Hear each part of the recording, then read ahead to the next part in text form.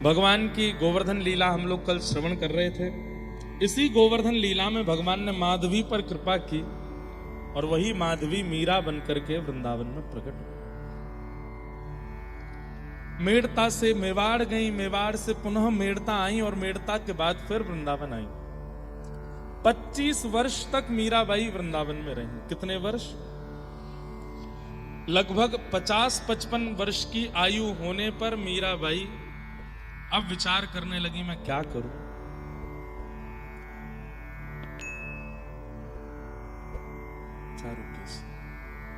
और मीराबाई को एक दिन स्वप्न आया। बहुत ध्यान से सुनिए सब लोग। और मीराबाई ने स्वप्न में क्या दर्शन किया कि देव की मैया वसुदेव जी, जिनको वो अपना सास ससुर मानती हैं, मानती नहीं है ही, कलिकाल में भगवान ने मीराबाई से ब्याह किया है। तो मीराबाई के स्वप्न में आया कि देवकी और वसुदेव वो दोनों आपस में चर्चा कर रहे हैं कि 16,108 नहीं 16,109 बहुएं हैं हमारी, एक माधवी भी तो है। ये स्वप्न में देख रही है मीराबाई। तभी देवकी मैया कहती हैं, नहीं 108 ही हैं, 16,108 ही हैं। बोले क्यों? बोले एक तो ससुराल में ही नहीं रहती ना, वो तो कहीं और रहती है। जो ससुराल में रहे उसी को तो हम बहू मानेंगे। ये बात स्वप्न में देखने के बाद मीराबाई उठ बैठी। ध्यान से सुनिए।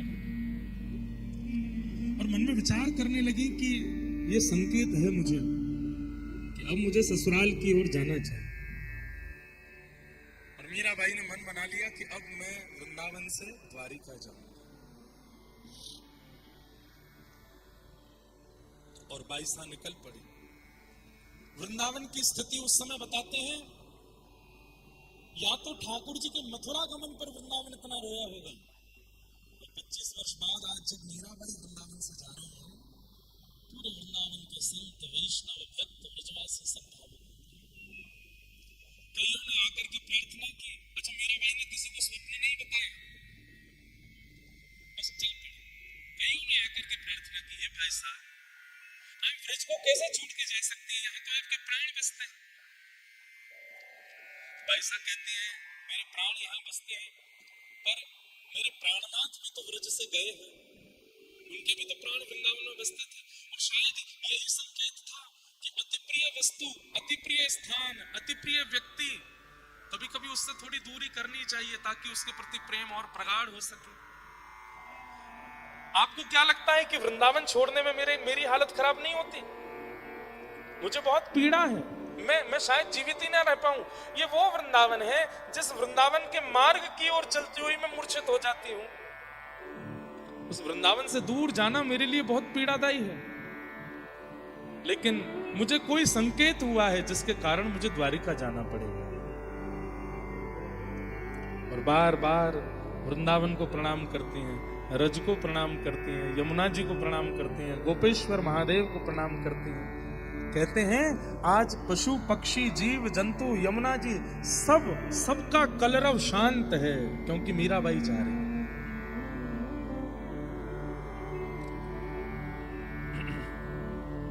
निकल पड़ी मीराबाई द्वारिका की ओर। वृंदावन के विरह में व्याकुल हो जाती हैं, रोने लगती हैं, कभी कभी वापस दौड़ने लगती हैं वृंदावन के लिए, लेकिन फिर संभाल करके फिर चल पड़ती हैं द्वारिका को। रास्ते में जितने स्थान पड़े, हर स्थान पर ठाकुर जी का स्मरण करते हुए मीराबाई जा रही हैं। और रास्ते में जितने भी स्थान पड़ते हैं, संत जन आते हैं, मीराबाई के साथ बैठ के सत्संग करते हैं। सब कहते हैं कि आप वृंदावन छोड़ करके कैसे जा सकते हैं। बाईसा कहती हैं कि श्याम सुंदर द्वारिका गए हैं और वहीं लीला विश्राम किए हैं, इसका मतलब ठाकुर जी वहीं विराज रहे हैं, मुझे बुला रहे हैं, इसलिए मैं जा रहा हूं। गिरधर के घर जाऊं मैं तो गिरधर के घर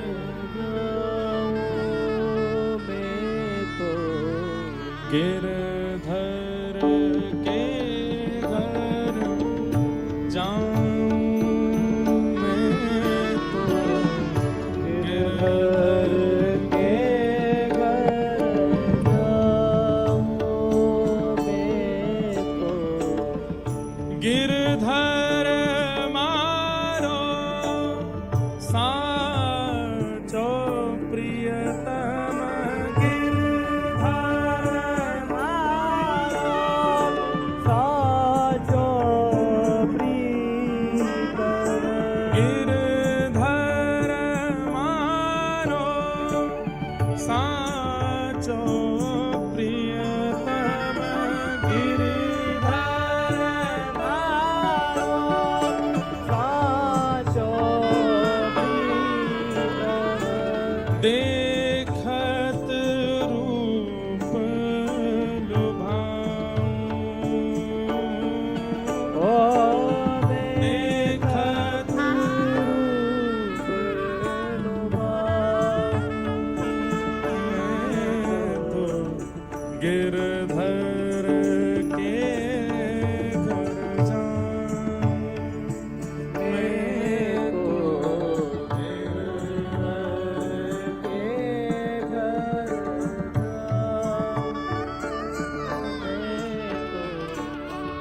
रैन पड़े तब ही उठ जाऊं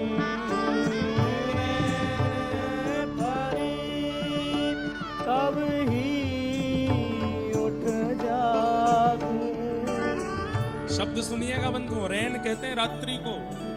भाई साहब क्या बता रही हैं? रात में सोती नहीं है। रैन पड़े क्यों नहीं सोती? वो आकाश श्याम वर्ण है, इसी को कृष्ण मान करके छवि बनाती रहती है। कभी देखती हैं, देखो यहाँ मोर मुकुट पहन के घूम रहे हैं, ये देखो गैया चला रहे हैं, यहाँ देखो ऐसी लीला। वे रात्रि की रैन अंधियारी को ही श्याम सुंदर मान करके देखती रहती है। रैन पड़े तब ही उठ जाऊं रैन पड़े तब ही उठ जाऊं भोर भय उठ आऊं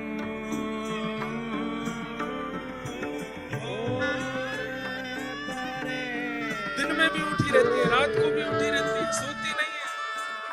मैं तो गिरधर के घर जाऊं मैं तो के घर जाऊं मैं तो आप दिन रात सोती क्यों नहीं है? क्या करती हैं आप? क्यों निद्रा नहीं आती आपको? भाई साहब कहती रैन दीना वाके संग खेलूं लेना आके संग खेलूं ज्यों त्यों ताही लुभाऊं ज्यों त्यों ताली लुभाऊं ओ जो पहरावे सो तन पहराऊं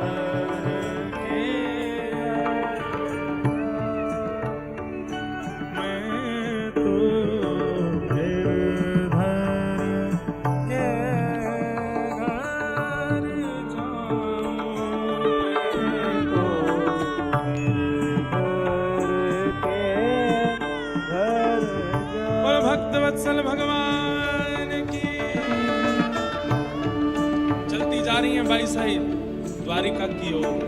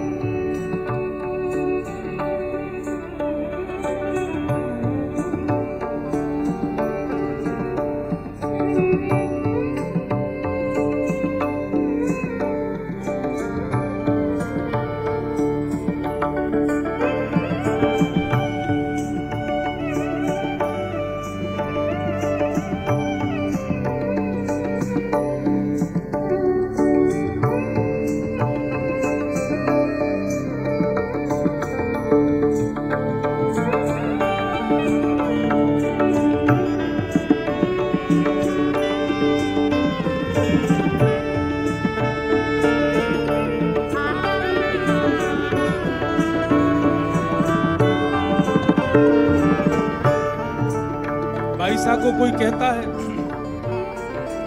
आपने अपने शरीर की कैसी दुर्दशा की है, आप सोती नहीं है, खाती नहीं है, पीती नहीं है, कुछ भी समय से नियम नहीं धारण करती हैं, कैसी अवस्था हो गई है आपकी। बाईसा कहती हैं क्या, मारी बाकी प्रीत पुरानी,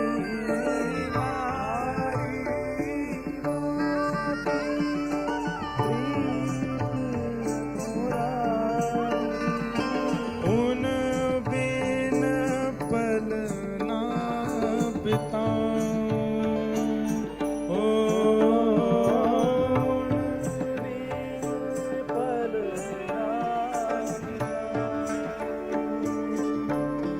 हाँ जहाँ बिठावे तित ही बैठूं, जहाँ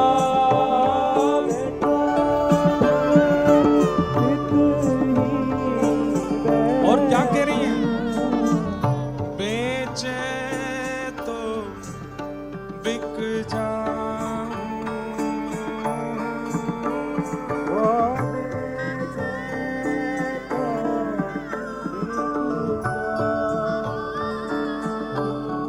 ए मीरा दासी जन्म जन्म की,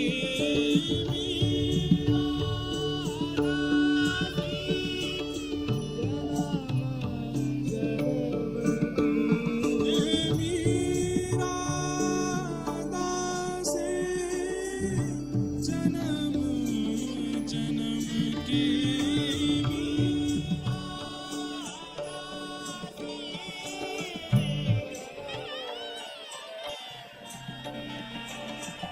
बार बार बन जाऊं,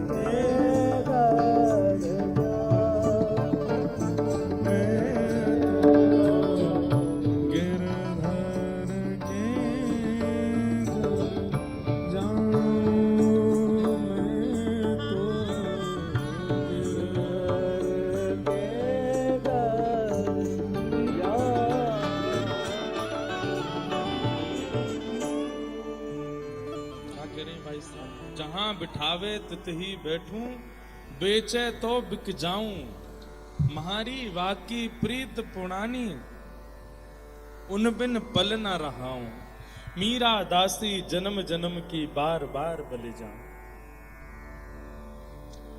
कई लोग बहकाते भी हैं बाईसा को, आज तक आपके साथ अच्छा हुआ क्या है बाईसा? 10-12 वर्ष की आयु में आपका विवाह हो गया, ठाकुर जी ने क्यों नहीं रोका आपका विवाह? ऐसे कुल खानदान में विवाह हुआ जहां ननद सास देवर सब आपके साथ उत्पीड़ना करते, क्यों नहीं रोका ठाकुर जी ने? अरे आपके पति जिनसे आपका विवाह हुआ, उनके संरक्षण में कम से कम आपका भजन तो बनता था, उनको भी कुछ साल बाद आपसे छीन लिया, विधवा कर दिया आपको। क्यों नहीं आए ठाकुर जी आपकी रक्षा करने? इतना सब कुछ आपने सह लिया, आपका परिवार पूरा उजड़ गया, सब छोड़ छाड़ करके यहां वृंदावन में आकर के रहने लगी। यहां पर भी इतनी पीड़ा, इतने संकट, इतने विरह, इतना सब कुछ आपके जीवन में, क्यों नहीं आते ठाकुर जी? अरे अपने जीवन के 50 दशक पूरे कर चुकी हैं आप, अभी तक ठाकुर जी ने कृपा नहीं की। कितना लोगों ने बहकाया मीराबाई को, और बाई सा कहती हैं, जैसे राखे तैसे रहूंगी। इससे भी ज्यादा अगर वो कुछ करेंगे मेरे साथ, मुझे वो भी स्वीकार है, पर उन्हें नहीं छोड़ूंगी। उनके बारे में कुछ अनर्गल विचार नहीं ला सकते चित्त में। हम आप सबकी भक्ति कैसी है? हमारी अनुकूलता के जरा सी विपरीतता अगर प्रकट हो जाती है, हम ठाकुर जी के भजन में अविश्वास प्रकट कर देते हैं। पर बाईसा ने तो जीवन भर केवल कष्ट देखा है, लेकिन फिर भी अविश्वास नहीं लाई है अपने चित्त में, और क्या गाने लग गई? जहां बिठावे तित ही बैठूं, और अंत में तो ऐसा शब्द बोल दिया कि अब इसके बाद बोलेंगी क्या? बेचे तो बिक जाऊं, मीरा दासी जन्म जन्म की, फिर भी चाहे जो हो जाए मैं तो बार बार बहली जाऊं, मैं तो गिरधर के घर जाऊं, मैं तो गिरधर। भाई साहब की एक बात सुनिएगा बंधु, अगर इन विपरीत अवस्थाओं से मैंने कृष्ण को छोड़ दिया होता तो मैं ये बात मान लेती कि वो भी मुझे नहीं चाहते। इन लोगों के बहकावे में आकर के विपरीत अवस्थाओं से अगर मैंने उनका त्याग कर दिया होता तो मैं ये मान लेती कि शायद वो भी मेरा चयन नहीं कर रहे हैं। पर इतनी अव्यवस्था, इतनी विपरीतता, इतने बहकावे, इतने लोगों के कहने ताने आने सब सुन करने के बाद भी मेरे चित्त में उनके प्रति प्रेम नहीं घटता है, इसका मतलब वो भी मुझसे प्रेम करते हैं। मैं कैसे छोड़ सकती हूं उनको? मेरे साथ चाहे जो कुछ हुआ हो जीवन में, मेरे चित्त में कभी आया ही नहीं कि मैं उन्हें छोड़ दूं। अरे एक भक्त का स्वभाव होता है, वो अपने जीवन में घटने वाली घटनाओं को अपना प्रारब्ध मानता है। ठाकुर जी नहीं भेज रहे हैं उसके जीवन में कष्ट, बल्कि उन कष्टों से जूझने वाला जो बल है वो ठाकुर जी उसको दे रहे हैं। बाकी जो भी उसके जीवन में आ रहा है वो उसका प्रारब्ध है। भाईसा कहती है, मेरे साथ जो हुआ वो सब मेरा प्रारब्ध है, ठाकुर जी इसमें दोषी नहीं है, बल्कि उन्होंने तो मुझे बल दिया लड़ने का, जूझने का और हर स्थिति से आगे निकलने का।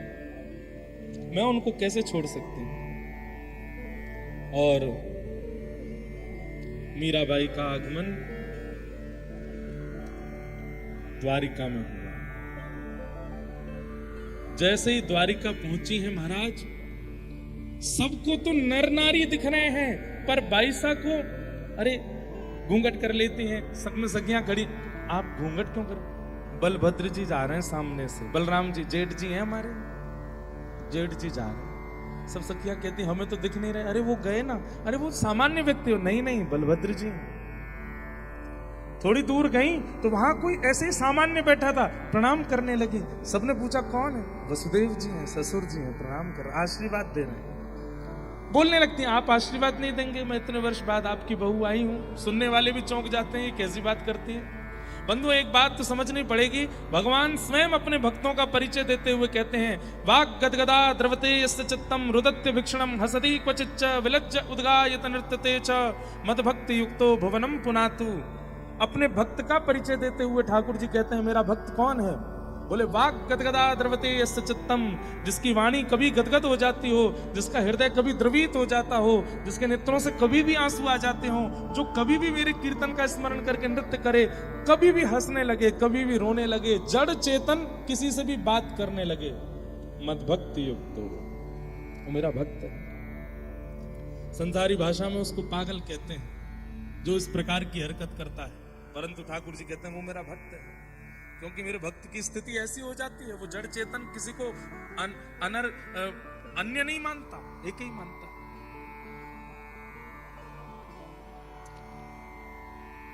ध्वजा जी का दर्शन किया, शिखर का दर्शन किया। किसी से ये नहीं पूछती है कि द्वारिकाधीश कहाँ है, ये पूछती हैं हमारे प्राणनाथ, हमारे जीवननाथ, हमारे केवलाधार, हमारे जीवनाधार कहाँ हैं। सब पूछते हैं कौन है आपके जीवनाधार, केवलाधार। मैं नाम नहीं बोलूंगी, हे सखी तुम बताओ। द्वारिकाधीश ये है ना मंदिर, चले जाओ भीतर।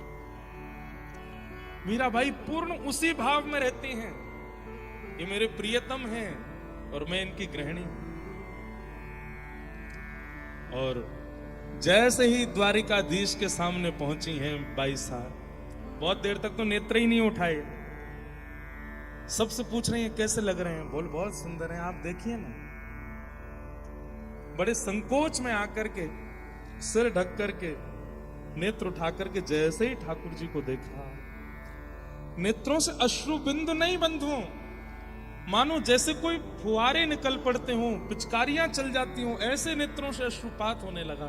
ठाकुर जी का दर्शन करके दौड़ करके बाहर चली गई, रुदन करने लगी। मैं कैसे देखूं, कैसे अनुभव करूं। सखियां बहुत समझाने लगी, लेकिन वो सामान्य बातों से समझती नहीं थी। तब उनको लीला की बात ही कहनी पड़ती थी। आप रोएंगी तो उनको कितना कष्ट होगा, आप उनकी गृहिणी है ना, आप रुदन करेंगी तो कितनी पीड़ा में आ जाएंगे। ये सुनकर के बाई सा समझ जाती, हाँ नहीं उनको पीड़ा नहीं देनी, उनको तो सुख देने आई हूं, चलिए ना दर्शन करो। बाई साहब पुनः जाती हैं, ठाकुर जी का दर्शन करती हैं।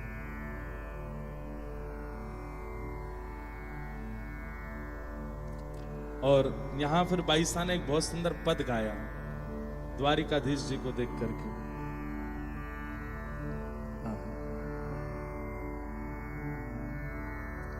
मारो मन हर लीनो रण छोड़, मारो मन हर लीनो रण छोड़, द्वारिका को राजा है राम रण छोड़, द्वारिका को राजा है राजा रण छोड़, मारो मन हर लीनो प्यारो रण छोड़, मारो मन हर लीनो प्यारो रण छोड़, मारो मन हर लीनो राजा रण छोड़, मारो मन हर लीनो राजा रण छोड़, द्वारिका को राजा है माखन चोर, द्वारिका को राजा है गाइए भाव से।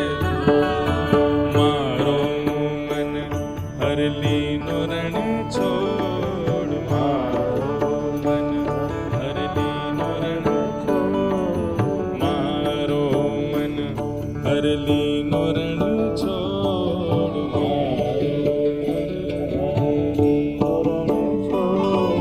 द्वारिका को राजा है माखन चोर, द्वारिका को राजा है मोर मुकुट सिर छत्र विराजे, मोर मुकुट सिर छत्र, मोर मुकुट सिर छत्र विराजे,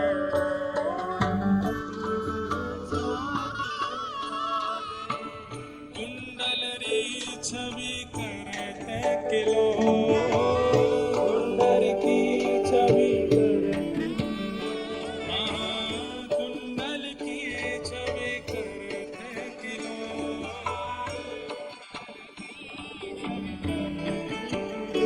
हे मारो मन हर लीनो रण छोड़, मारो मन हर लीनो रण छोड़, मारो मन हर लीनो रण छोड़, मारो हे द्वारिका को नाथ है माखन चोर,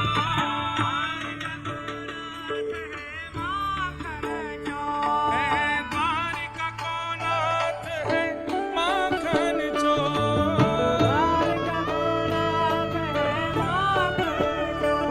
उनसे कह दीजिए इसका वॉल्यूम थोड़ा कम करें, बड़े वाले तबला का थोड़ा वॉल्यूम कम कर दीजिए। मारो मन हर लीनो रण छोड़, मारो मन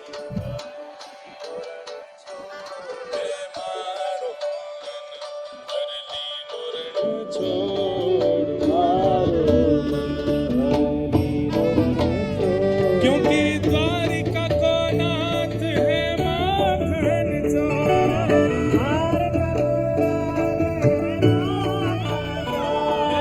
द्वारिका को नाथ है माखन चोर।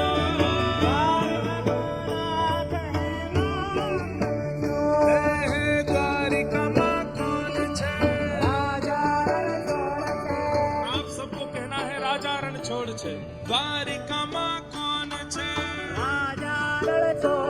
हे द्वारिका माखन छे। हे माखन नो चोर छे। हाँ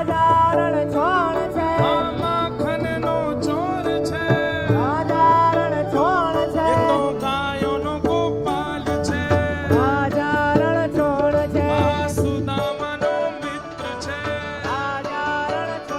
ये तो ब्रज नो गोपाल छे। ब्रज नो गोपाल छे। हे मीरा नो प्राण छे। मीरा नो प्राण छे। मारो मन हरली नो रण छोड़। मारो मन हरली नो रण छोड़। हाँ द्वारिका को नाथ है माखन चोर। श्री द्वारिकाधीश की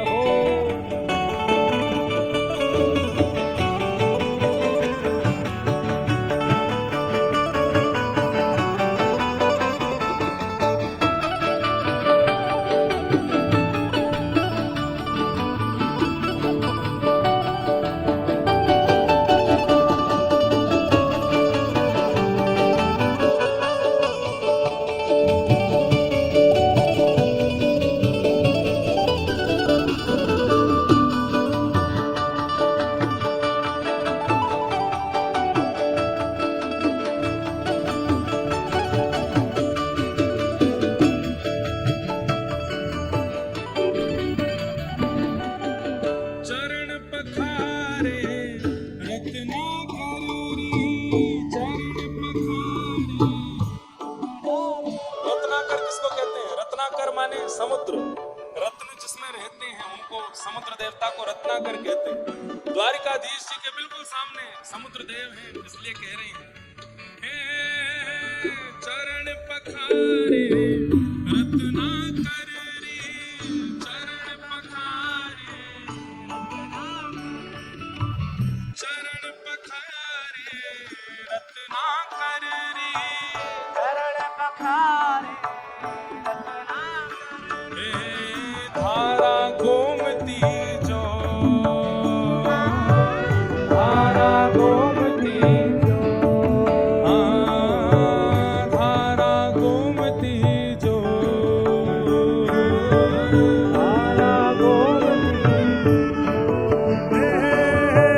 ध्वजा पताका तट तट राजे।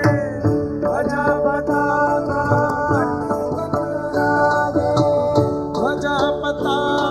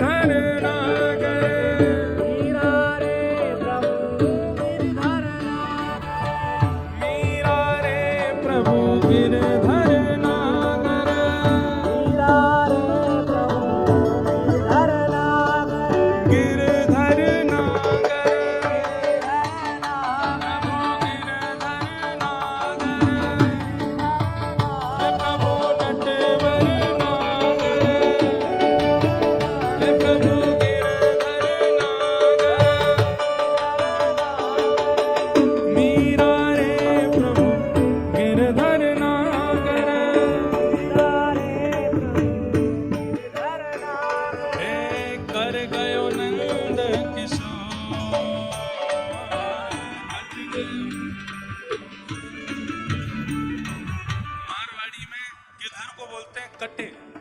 क्या बोलते हैं? जैसे आप लोग कहीं जा रहे हो तो मारवाड़ी बोले कटे जा रहे हो, तो कहाँ जा रहे हो, किधर जा रहे हो?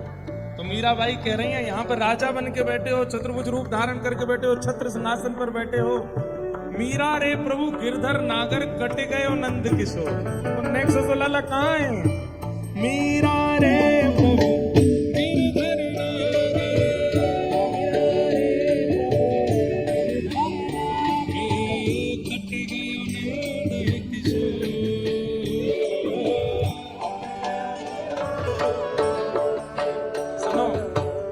कट गए हो, नहीं कटे गए हो, वो एक ही मात्रा, कटो नहीं है, कटे हैं। चलो मीरा रे प्रभु गिरधर नागर, मीरा रे प्रभु गिरधर नागर, कट गए हो नंद किशोर,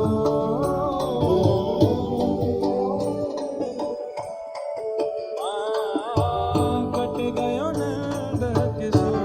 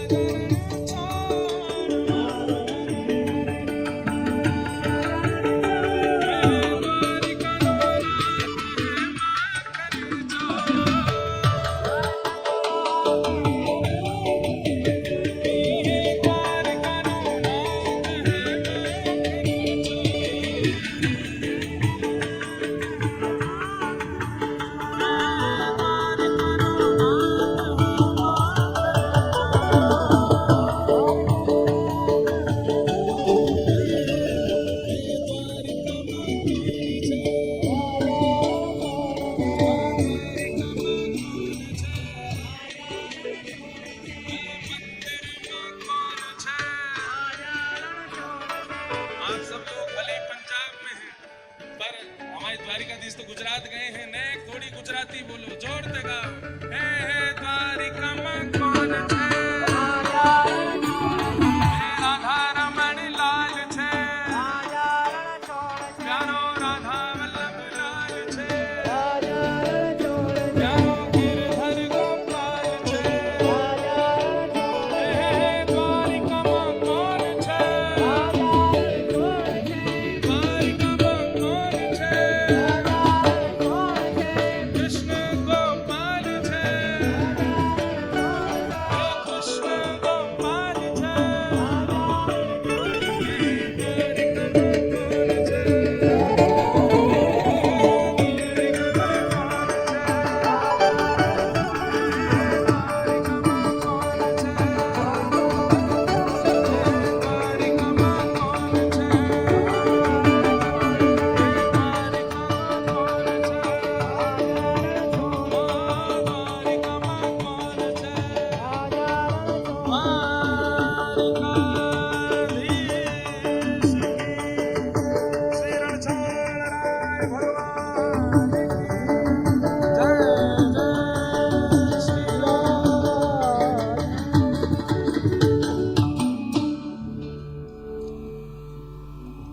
मारो मन हर लीनो रण छोड़, हर लीनो रण छोड़, द्वारिका को नाथ है माखन चोर, द्वारिका को नाथ है माखन चोर, द्वारिका नाथ है माखन चोर, द्वारिका को नाथ है।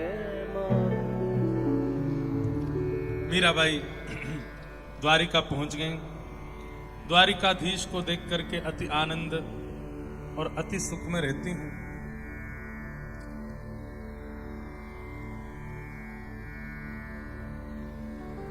द्वारिका में बाईसा लीला कर रही हैं।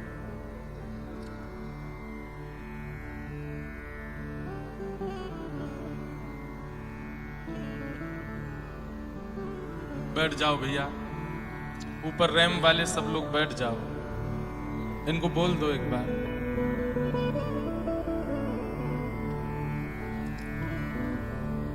बाईसा द्वारिका पहुंची। द्वारिका में जाकर के नित्य बाईसा इसी भाव में रहती हैं कि द्वारिकाधीश उनकी ससुराल है और अब वो ससुराल आई है। थोड़ा आनंद, थोड़ा सुख उनके चित्त को होने लगा। कहते हैं कि रुक्मणी जी, मित्रविंदा जी, जामवती, सत्यभामा सब आती हैं बाईसा के पास। भगवान की जितनी पत्नियां हैं सब आती हैं, लेकिन बाकी सबको लगता है कि सामान्य कोई कन्या आई है, सामान्य कोई स्त्री आई है, पर बाईसा पहचान जाती हैं कि ये सामान्य नहीं है, ये मित्रविंदा है। ये सब ठाकुर जी की पत्नियां मिलने आती हैं। वसुदेव जी आते हैं, देवकी मैया आती हैं, रोहिणी मैया आती हैं, सब मिलने आते हैं बाईसा से। कहते हैं एक बार महादेव भी आए और महादेव ने आकर के बाईसा को फिर कुछ भाव सुनाए, उससे बाईसा अति प्रसन्न हुई।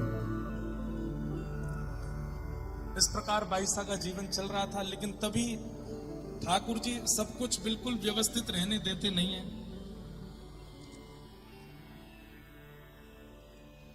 जब से मीराबाई ने मेवाड़ का त्याग किया, मेवाड़ में भुखमरी होने लगी। वैष्णव अपराध केवल मानवों को नहीं लगता है, ध्यान से सुनिए सब लोग, इधर देखिए। वैष्णव अपराध केवल मानवों को नहीं लगता है, वैष्णव अपराध कभी कभी भूमि, नगर, क्षेत्र, देश को भी लगता है। नाम मंच से लेना नहीं है मुझे, पर कई बार ऐसा अनुभव किया गया है, कई शहरों को देख करके, कई नगरों को देख करके, कई देशों को देख करके कि ये वैष्णव अपराध है, जिसके कारण यहां पर ये सारी गतिविधियां हुई। ऐसा ही वैष्णव अपराध लगा है मेवाड़ को, जिस मेवाड़ का नाम सुनकर के राजघराना एवं बड़े बड़े योद्धा भी कांप उठते थे मेवाड़ का नाम सुनकर के। आज उस मेवाड़ की स्थिति कैसी है कि वहां स्वयं के पास अन्न नहीं है, दूसरों से मांगना पड़ता है। और ये अपराध लगा है मेवाड़ को मीराबाई का तिरस्कार करने पर। कितनी पीड़ा दी है राणा ने, विष पिलाया, सर्प से डसवाया, सिम भेज दिया, और कई तो हमने मंच से बताए नहीं है, कई और भी क्रियाएं की। मन चले व्यक्तियों को भेज दिया, जाओ अर्धरात्रि में मीराबाई के कक्ष में जाकर के दुर्व्यवहार करो उनके साथ। ऐसा तक भी भाव रखा है राणा ने। भरी सभा में मीराबाई कीर्तन कर रही हैं और वहीं सभा में कोई व्यक्ति दुष्प्रचार कर रहा है मीराबाई का। ऐसी षड्यंत्र किए मीराबाई के प्रति। ये सब वैष्णव अपराध है। अरे यहां मन में किसी वैष्णव के बारे में गलत सोचने ना अपराध माना जाता है, यहां तो मीराबाई के साथ किया गया है। और इन सब अपराधों का भुगतान पूरा मेवाड़ कर रहा है। वर्षों बीत गए हैं, मेवाड़ में वर्षा नहीं हुई है, खेती बाड़ी हो नहीं पाती है, सूखा पड़ गया है, लोग पलायन कर रहे हैं, दूसरे राजाओं से आश्रय मांग रहे हैं। राणा संभाल नहीं पा रहा अपने नगर को। तब एक बहुत बड़े ज्योतिषाचार्य को बुलाया, एक बहुत बड़े संत को बुलाया और उनसे पूछा, महाराज कई बार बड़े बड़े घर के लोग संतों को तब बुलाते हैं जब खूब सारे अपराध हो जाते हैं उनसे, और अपराधों के बदले उनके साथ जब होने लग जाते हैं, गलत होने लगता है, हर प्रकार की स्थिति करके देख ली, किसी से भी फायदा नहीं मिला, तो फिर संतों से बोलते हैं क्यों हो रहा है महाराज जी बताइए। पहले कभी कथा नहीं सुनी, पहले कभी वैष्णवों का संग नहीं किया, पहले कभी संतों को प्रणाम नहीं किया, पहले कभी वैष्णवों को वंदन नहीं किया, पहले केवल हमेशा उनके प्रति दुर्भाव रखा। सब अच्छा होता है ना तो वैष्णव अच्छे नहीं लगते, लेकिन जब सब विपरीत होने लगता है, पंडित जी हाथ देख लो, कुंडली देख लो, ये देख लो, हमें कुछ बता दो, हमारे यहाँ कुछ कर दो, कैसे होगा, भगवान का कौन सा मंत्र कर लें, यंत्र कर लें।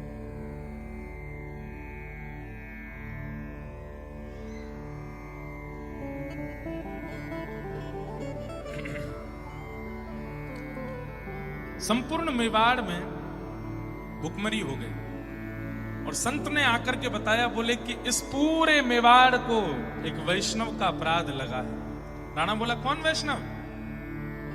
बोले मीराबाई।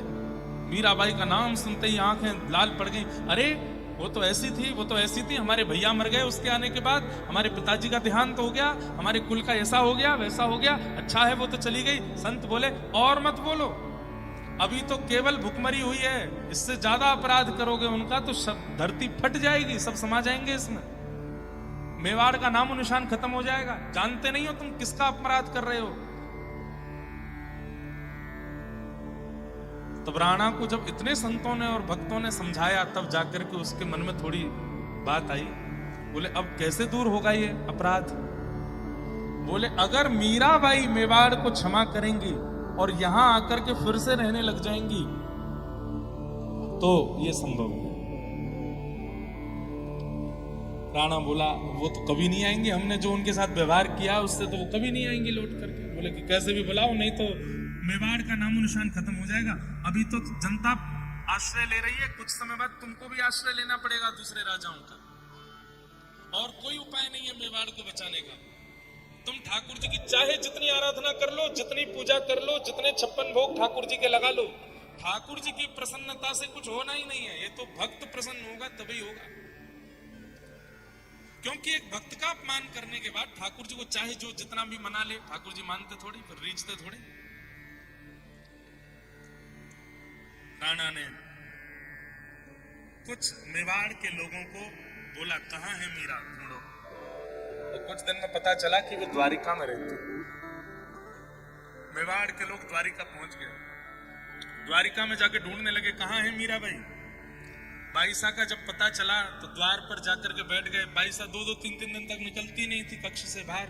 3 दिन बाद निकल कर के आई तो देखा भूखे प्यासे व्याकुल स्थिति में मेवाड़ के लोग बैठे। बाईसा बोली, आप सब? तो सब मारवाड़ी बोलने लगे, सब अपना परिचय देने लगे। तो बाईसा बोली, आप सबको मैं प्रणाम करती हूँ, आप हमारे ससुराल से आए हैं, सबको वंदन, मैं क्या सेवा करूं। सबने बताया कि मेवाड़ की स्थिति ठीक नहीं, भुखमरी हो गई है, अनाज नहीं होता है, वर्षा नहीं हुई है। जब से आप छोड़ के गई हैं मेवाड़, तब से वर्षा नहीं हो रही है और पूरे मेवाड़ का अनाज खत्म हो चुका है। लोग पलायन कर रहे हैं, दूसरों का आश्रय लेना पड़ रहा है, हमारे बच्चे भूखे मर रहे हैं। तो मीराबाई बोली, ये तो बहुत कष्ट की बात है, मैं प्रार्थना करूंगी ठाकुर जी से कि सब मंगल में हो। बोले, आपकी प्रार्थना से कुछ नहीं होगा, तो आपको अपने चरण मेवाड़ में पधराने पड़े। इसका उत्तर नहीं दिया मीराबाई ने, चली गई वहां से। अब बहुत आगे निकल चुकी हूं मैं, आप कहां मुझे वापस मेवाड़ ले जाने के लिए आए। मेवाड़ के लोग घूमते रहे, जगह जगह मीराबाई को रोकते। मीराबाई हाथ जोड़ के कहती, मैं आपसे प्रार्थना करती हूँ, आप कहेंगे तो मैं कहीं ना कहीं से कुछ व्यवस्था करवा दूंगी, ठाकुर जी से नित्य प्रार्थना करूंगी, पर मैं वापस वहां जाने के लिए नहीं आई हूं द्वारिका। मैं अपने जीवन में बहुत आगे निकल चुकी हूं, अब आप वापस मुझे मेवाड़ ले जाने की बात मत कहिए। आपको हमारे छोटे बच्चों पर तरस नहीं आता, आपको उनके आंसू नहीं दिखते, आपको ये नहीं लगता कि आपका ससुराल है, इतना कर्तव्य तो आपको करना चाहिए। बाईसा ने तो कुछ नहीं कहा, लेकिन साथ में जो सखियां थी उन्होंने बहुत सुनाया। बोला, अच्छा तुम लोगों में से कितने आए थे मीराबाई के ऊपर जब कष्ट होता था, आज तुम उनको गिना रहे हो कि उनको तरस नहीं आता या उनको पीड़ा नहीं आती। जब बाईसा पर कष्ट था, आप में से कितने लोग आए।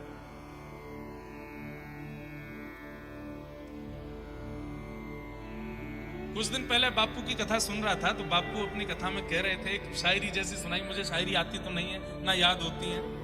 उसमें वो कह रहे थे कि दूसरों के यहाँ जब बहुत पीड़ा हुई तो हम नंगे पांव दौड़े, लेकिन जब हमारी बारी आई तो बहुत बारिश हुई, कोई नहीं आया। बारिश हुई नहीं, पर सबने ऐसे बहाने बना दिए, वर्षा बहुत हो रही है, हम कैसे आए। संसार ऐसा ही है, आप दौड़ दौड़ करके भाग भाग करके, हमारे विपराग जी कहते हैं सब कुछ ही मिटा देंगे, सारे होश गवा देंगे, कुछ हो गया तो दुनिया जला देंगे। पर सबके लिए दुनिया जलानी नहीं है, क्योंकि दुनिया बड़ी बेकार है। यहां आप किसी के लिए कुछ भी कर मिटिए, जब आपके ऊपर बात आएगी ना, सबके बहाने आ जाएंगे, हम नहीं कर सकते। बाईसा अकेली रहती थी, और उस अकेलेपन में राणा ने और उनकी बहन ने क्या नहीं किया उनके साथ। कितनी बातें तो हम मंच से नहीं बता पाते, क्योंकि क्या पता बताते समय आप उसको किस प्रकार ले लेंगे। हर वो पाप किया जो एक मानव विचार भी नहीं कर सकता, लेकिन कोई नहीं था मेवाड़ में मीराबाई के सामने खड़े होने वाला, साथ में खड़े होने वाला। केवल गिरधर लाल जी को बचती रही, और आज वही मेवाड़ के लोग सामने आकर के भीख मांग रहे हैं कि आप वापस चलिए, हमारे नगर को आपकी बहुत जरूरत है।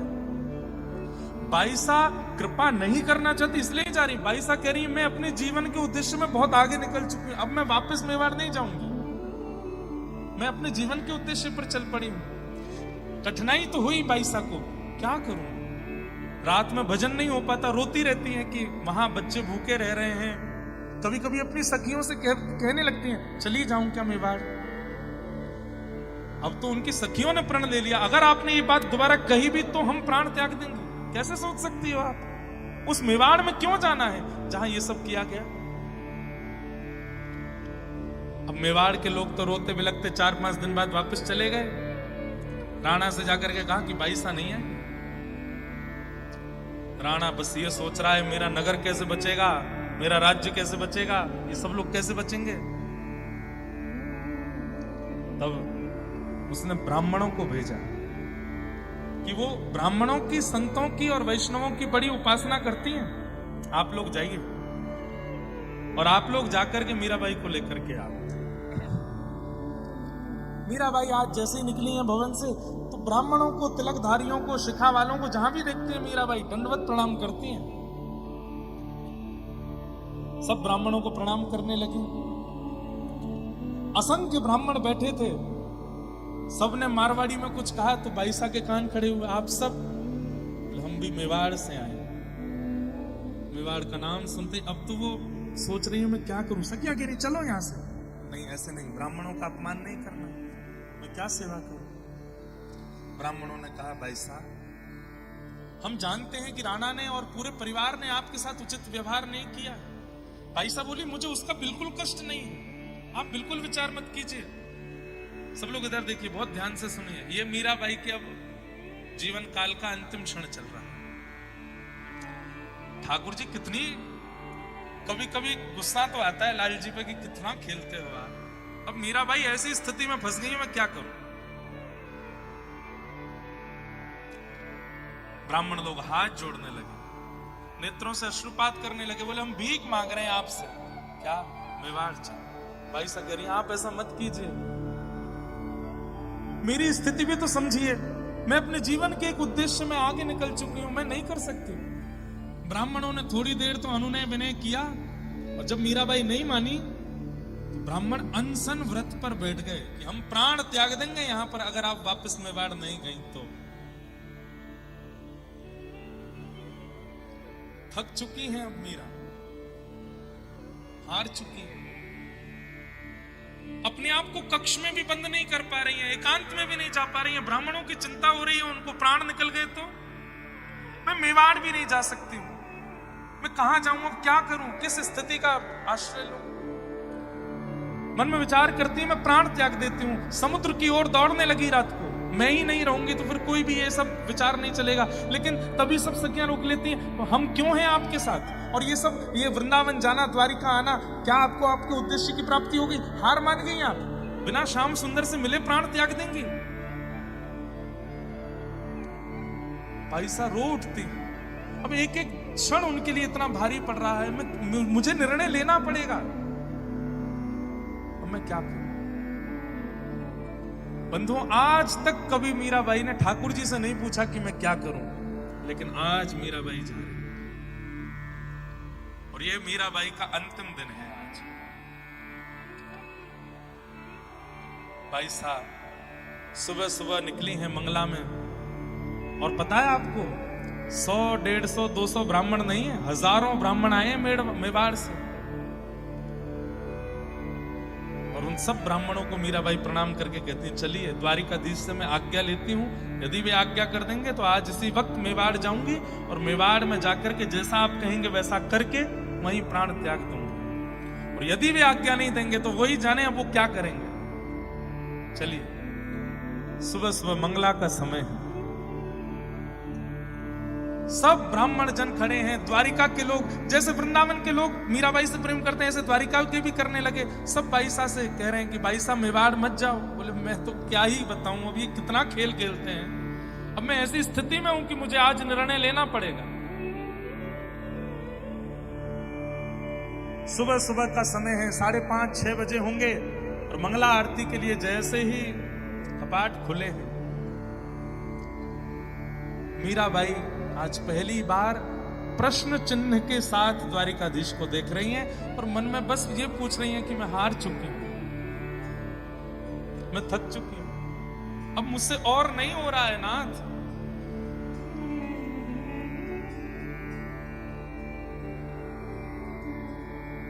और तब मीराबाई ने अंतिम पद गाया अपने जीवन का। क्या कह रही है? साजन जो जानो सो लीजे, साजन जो जानो सो लीजे।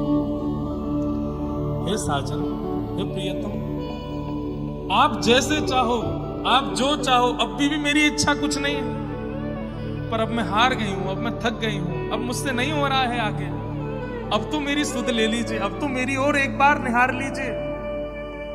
साजन जो जानो सुध लीजिए, साजन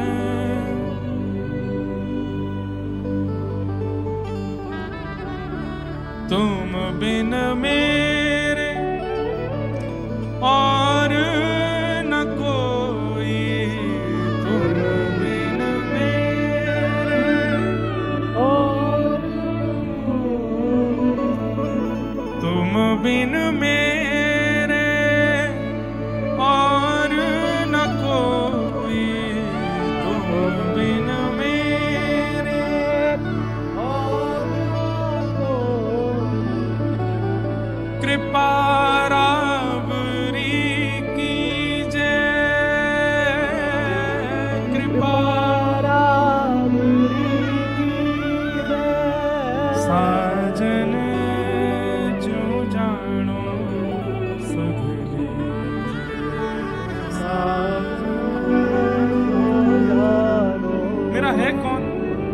मेरे दादाजी थे, मुझसे बहुत प्रेम करते थे, आपने बाल अवस्था में उनको मुझसे दूर कर दिया। एक से विवाह हुआ, अच्छा मित्र मिला जिसके संरक्षण में मैं भजन करती थी, उसको आपने मुझसे दूर कर दिया। मैंने मन में विचार किया कि मैं जिसको अपना मानती हूँ आप उसको मुझसे दूर कर देते हो। उसके बाद मैंने अपना किसी को माना ही नहीं, केवल आपको माना। आज मेरा कोई नहीं है, मेड़ता में कोई नहीं, मेवाड़ में कोई नहीं, वृंदावन में कोई नहीं, द्वारिका में कोई नहीं, तुम बिन मेरे और न कोई,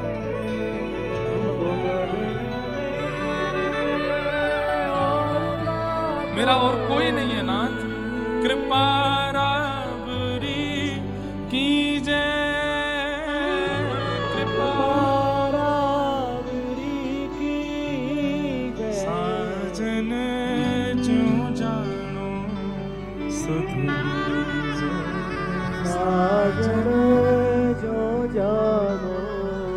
आज तक मैंने आपको अपनी स्थिति नहीं बताई है। आज तक मैं कैसे रहती हूँ, कैसे सोती हूँ, क्या खाती हूँ, क्या करती हूँ, कुछ नहीं बताया। आज पहली बार बता रही हूँ मेरी स्थिति क्या है। दिवस न भूख रैन नहीं निद्रा, दिवस न भूख यूं तन पल पल छीजे,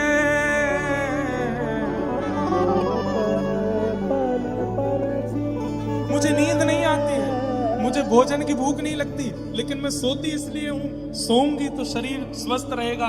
क्या पता कल आप मुझे मिल जाओ, इसके लिए मेरा स्वस्थ होना जरूरी। मुझे भूख नहीं लगती, लेकिन अल्प आहार इसलिए पाती हूं क्योंकि आहार से स्वस्थ जीवित रहेगा। कहीं आप मेरे सामने आए और मैंने निराहार होकर के अपने नेत्रों की ज्योति गवा दी और नहीं देख पाई तो इसलिए भोजन करती हूँ, इसलिए सोती हूँ, इसलिए जलपान करती हूँ कि कल को कहीं आप मिल गए तो मैं आपको देख सकूं, आपसे मिल सकूं। बाकी मेरे शरीर को ना निद्रा है, ना भूख है, ना प्यास है, कुछ भी नहीं। सब कुछ करती केवल इसलिए हूं क्योंकि आपसे मिलना है मुझे। दिवस न भूख, रैन नहीं निद्रा, दिवस न भूख,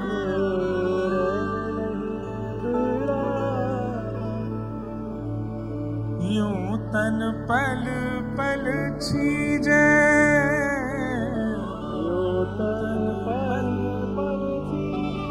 और अंतिम बात में तो मीराबाई ने अपने सारे भाव की एक मतलब, जैसे कोई बहुत पीड़ित व्यक्ति बोल रहा हो, मीरा के प्रभु गिरधर नागर, मीरा के प्रभु गिरधर नागर, मिल बिछुरन मत दीजे,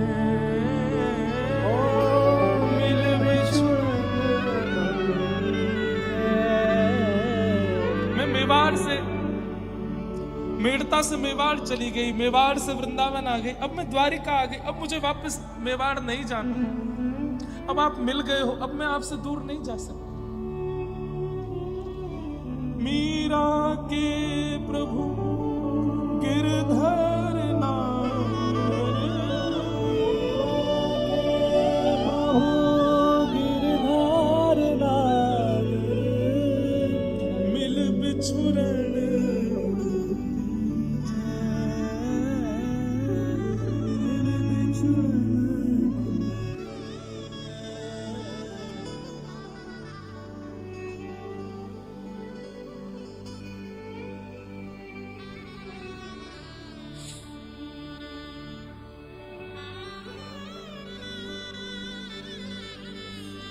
अब नहीं जाना मुझे वापस इस संसार में। अब सब छोड़ के मैं आपके सामने खड़ी हूं। ये क्यों सब आप करते हैं? ये ब्राह्मणों का दोष नहीं है, ये मेवाड़ का दोष नहीं है। आप क्यों इतने निष्ठुर हैं मेरे लिए? मैंने कहां कोई कमी छोड़ी है आपसे प्रेम करने में, अपना भाव प्रस्तुत करने में? क्यों मेरी इतनी परीक्षा लेते हैं आप? साजन जो जानो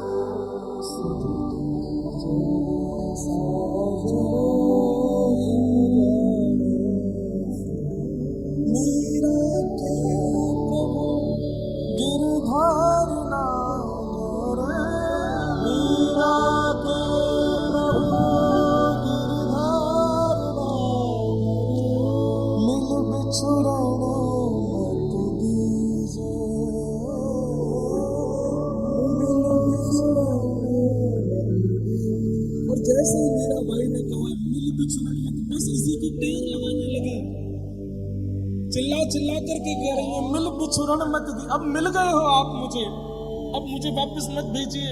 ये क्या मेवाड़ का आपने मेरे सामने एक प्रस्ताव रख दिया है? अब मुझे वापस नहीं जाना संसार में। जैसे ही मीराबाई बार बार कहने लगी मिल बिछुरन मत दीजिए, मिल बिछुरन मत दीजिए, मिल बिछुरन मत दीजिए, द्वारिकाधीश की मंगला आरती चल रही थी। श्री द्वारिकाधीश एक पोशाक में और सामान्य सी पाग, ज्यादा आभूषण नहीं पहने हुए द्वारिकाधीश ने। सुबह सुबह भोर का समय, ठंडी ठंडी ब्यार चल रही है, सूर्य धीरे धीरे उदय हो रहे हैं, हल्की हल्की अंधियारी है, हल्का हल्का उजाला है। हजारों लोग मीराबाई के निर्णय के लिए खड़े हैं। आज क्या निर्णय होगा? और मीराबाई बस अपलक नेत्रों से द्वारिकाधीश को देख रही हैं। मीरा के प्रभु गिरधर नागर, मिल बिछुरन मत दीजिए। और जैसे ही मिल बिछुरन मत दीजिए बार बार बोलने लगी। इतने में ही सहरा पहन करके, गले में सुंदर मालाएं धारण करके, नव दुल्हा का रूप धारण करके श्री द्वारिकाधीश प्रकट हो गए हैं। मानो एक दिव्य सूर्य की किरण जैसी आ गई हो। एक क्षण के लिए सबको लगा कि ठाकुर जी ने मानो सर्वांगन श्रृंगार किया और अचानक इतना तेज मंदिर के अंदर से आया, सबने अपने नेत्र बंद कर लिए, कोई भी उस तेज को देख नहीं पा रहा है। किसी ने हाथ की ओट ली है, किसी ने हाथ रख लिए हैं, कोई अपने आप को छुपा रहा है। इतना तीव्र तेज मंदिर में प्रकट हुआ, कोई नहीं देख पाया। एक क्षण के लिए तेज प्रकट हुआ और जैसे ही तेज विश्राम हुआ, तभी क्या देखते हैं कि बाईसा द्वारिकाधीश के गर्भगृह में है और जैसे ही द्वारिकाधीश को आलिंगन करते हैं, द्वारिकाधीश अपने अंदर मीराबाई को समा लेते हैं। साड़ी पीछे धीरे धीरे अंदर जाती है, पुजारी जी दौड़ते हैं पकड़ने के लिए, मीरा मीरा मीरा, और जैसे पकड़ते हैं केवल एक छोड़ मीराबाई का हाथ में रह जाता है और मीराबाई द्वारिकाधीश में विलीन हो जाती है। बोलो द्वारिकाधीश। आज भी मीराबाई का वो इतना छोड़ द्वारिकाधीश के श्री अंग से बाहर।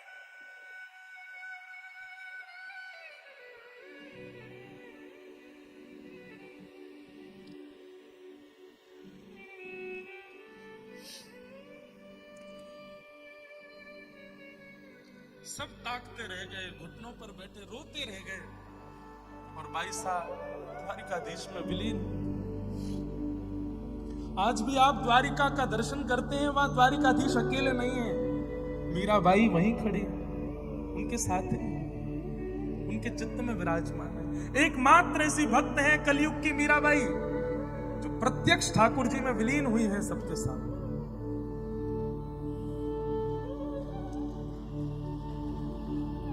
ऐसी भक्तिमती मीराबाई जिन्होंने जीवन अपना संपूर्ण समर्पित किया ठाकुर जी के भजन और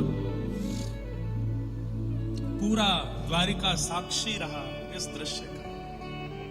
बोलो भक्त वत्सल भगवान की। साजन जो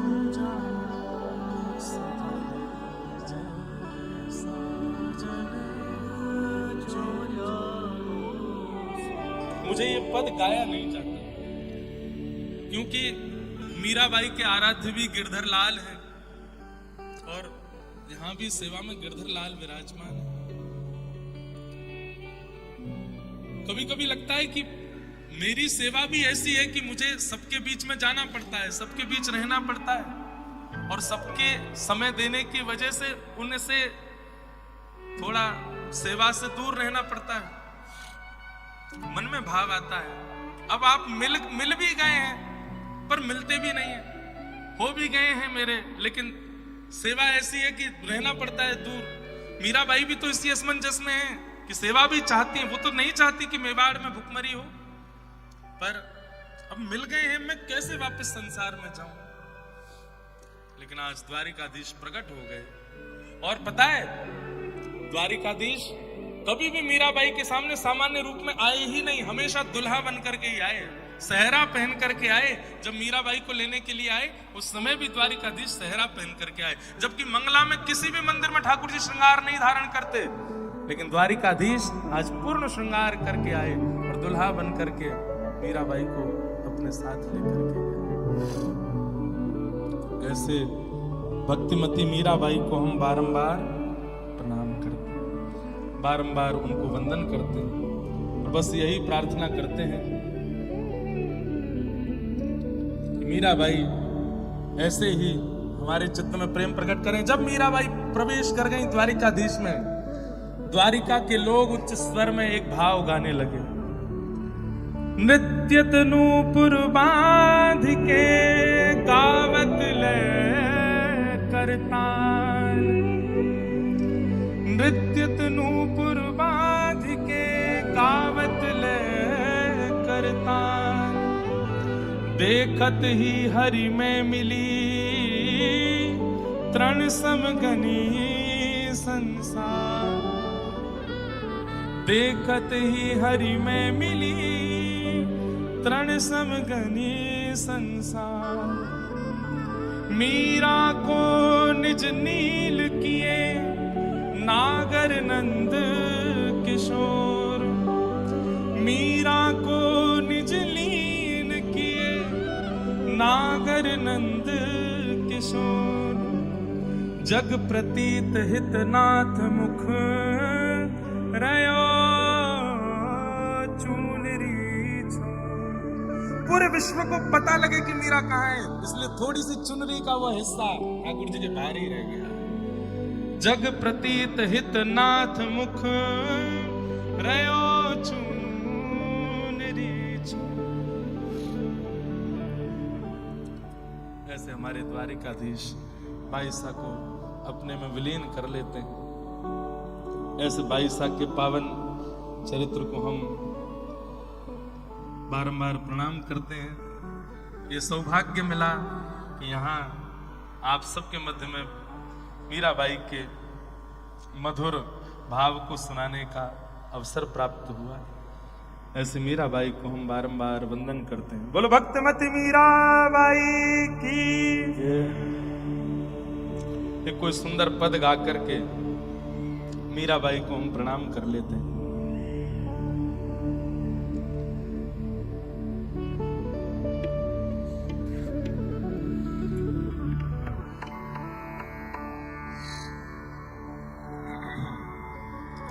बंधुओं, किसी के चित्त में अगर प्रेम लक्षणा भक्ति है, हमारी उनसे प्रार्थना है कि बाईसा के समस्त पदों का संग्रह कर लीजिए और नित्य एक पद ठाकुर जी के सामने गाया करें। ऐसे अद्भुत पद हैं मीराबाई के।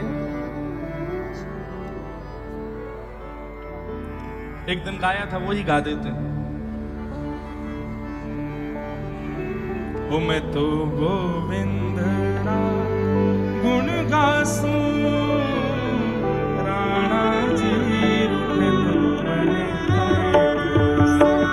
मैं तो गोविंद गुण गासू राणा जी रूठे तो मैंने गाए। अभी शरद पूर्णिमा आ रही है और ये शरद पूर्णिमा मीराबाई का जन्मोत्सव है। आप सब लोग शरदोत्सव किस रूप में मनाते हैं पता नहीं, पर इस बार चंडीगढ़ वाले शरद पूर्णिमा के दिन जरूर अपने ठाकुर जी के सामने इस पद को गा करके नाचिएगा। और राणा कौन है? राणा मतलब संसार। मैं तो गोविंद गुण गासू राणा जी रूठे तो मैंने खाए कैसे। मैं तो गोविंद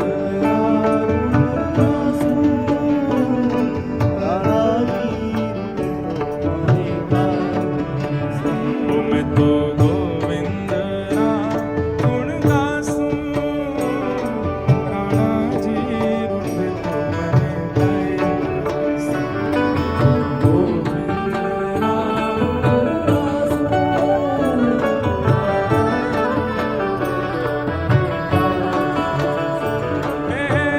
चरणामृत नेम हमारा, चरणामृत